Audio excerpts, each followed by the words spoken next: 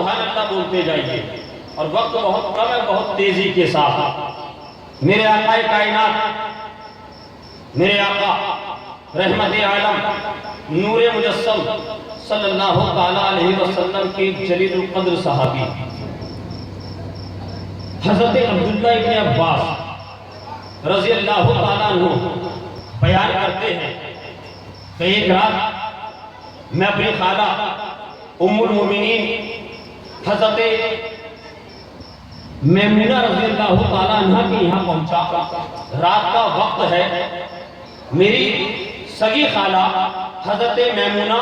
جو حضور سرور عالم صلی اللہ علیہ وسلم کی زوجہ بھی ہیں، میں ان کے گھر پہنچا، اپنی خالہ سے ملاقات کرنے پہنچا۔ میں نے کیا دیکھا کہ ہمارے آقا، ہمارے دادا، ہمارے بھیا، ہمارے ماوا، ہمارے ہادی، ہمارے رہبر رسول اعظم صلی اللہ علیہ وسلم میری خالہ کے یہاں جلوہ بار ہیں، نماز پڑھ رہے ہیں۔ میں نے دیکھا آقا نماز پڑھ رہے ہیں، میں آقا کے برابر میں جا کر ان کے پیچھے جا کر کھڑا ہو گیا۔ میرے آقا صلی اللہ علیہ وسلم نے میرا ہاتھ پکڑا اور مجھے اپنی برابر میں کھڑا کر لیا۔ اس کے بعد میرے آقا صلی اللہ علیہ وسلم نماز میں مشغول ہو گئے، نماز کی طرف متوجہ ہو گئے۔ جب میں نے دیکھا میرے آقا صلی اللہ علیہ وسلم مکمل توجہ کے ساتھ نماز میں مشغول ہو گئے، میرے آقا نماز میں مشغول ہو گئے، میں نے کیا کیا، میں تھوڑا پیچھے کھسک گیا۔ میرے آقا آگے ہیں، میں ان سے پیچھے آ گیا۔ نماز میں میرے آقا جلوہ بار ہیں، میرے آقا نے نماز مکمل فرمائی۔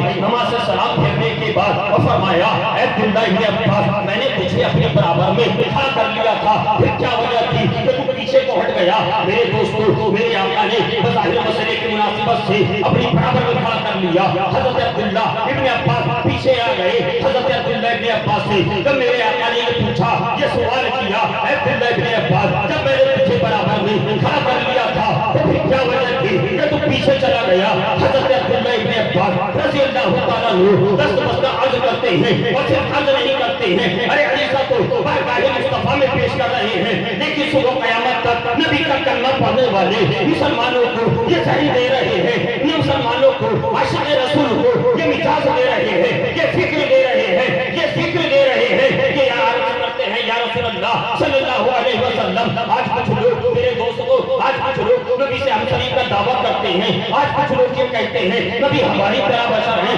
آج کچھ لوگ یہ کہتے ہیں انبیاء کے برابر امتی، انبیاء کے برابر امتی اپنی عبادت کے ذریعے ہو سکتا ہے، اور کبھی کبھی اس سے بھی آگے بڑھ جاتا ہے۔ یہ وہابیوں کا عقیدہ ہے، یہ نجدیوں کا عقیدہ ہے، یہ گستاخ رسول کا عقیدہ ہے، یہ وہابیوں کا عقیدہ ہے۔ صحابی کا عقیدہ کیا ہے؟ وہ کرتے ہیں یا رسول اللہ صلی اللہ علیہ وسلم، آپ نے تو مجھے اپنی برابر میں مسئلے کی مناسبت سے کھڑا کر لیا، لیکن یا رسول اللہ صلی اللہ علیہ وسلم، آپ کو کوئی نبی مان کر، آپ کو کوئی رسول مان کر، آپ کو کوئی اللہ کا محبوب مان کر، آپ کو کوئی محبوب نبی مان کر آپ کی برابر میں کیسے کھڑا ہو سکتا ہے؟ آپ کی برابر میں کیسے کھڑا ہو سکتا ہے؟ میرے دوستوں، حضرت عبداللہ ابن عباس نے جب یہ جملہ کہا، میرے آقا کے چہرے پر تبسم کے آثار نمودار ہو گئے۔ میرے آقا مسکرائے اور اتنا خوش ہوئے کہ ہاتھوں کو اوپر اٹھا کر دعا کرنے لگے، مولا تیرے بندے عبداللہ ابن عباس نے تیرے نبی کا اتنا احترام کیا ہے، تیرے محبوب کی اتنی محبت ہے، اس نے ایسا عمل کیا ہے، اے مولا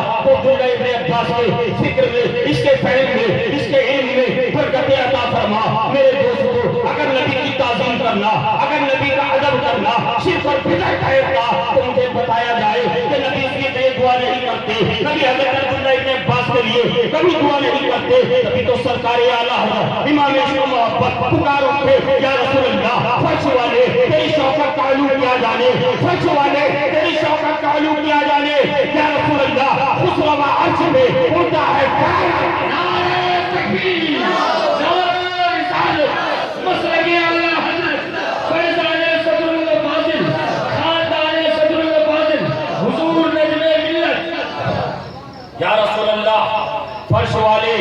تیری شوکت کا علو کیا جانے، خسروارش پہ اڑتا ہے فریرہ تیرا۔ میرے دوستو، ادب کی بات چل رہی ہے، محبت کی بات چل رہی ہے، 5 منٹ رہ گئے ہیں، بہت تیزی کے ساتھ سنتے چلیے، یاد کیجئے تاریخ کو، یاد کیجئے ہسٹری کو۔ جنگ احد کا میدان ہے میرے دوستو، صحابہ کرام ہیں، ان کے بیچ میں میرے آقا جلوہ بار ہیں، دشمنوں سے مقابلہ چل رہا ہے، کافروں سے مقابلہ چل رہا ہے، مشرکوں سے مقابلہ چل رہا ہے۔ میرے آقا صلی اللہ علیہ وسلم مسلمانوں کے ساتھ، لشکر اسلام کے ساتھ، صحابہ کرام کے ساتھ ایک طرف جلوہ بار ہے، ہزاروں کی تعداد میں دشمن سامنے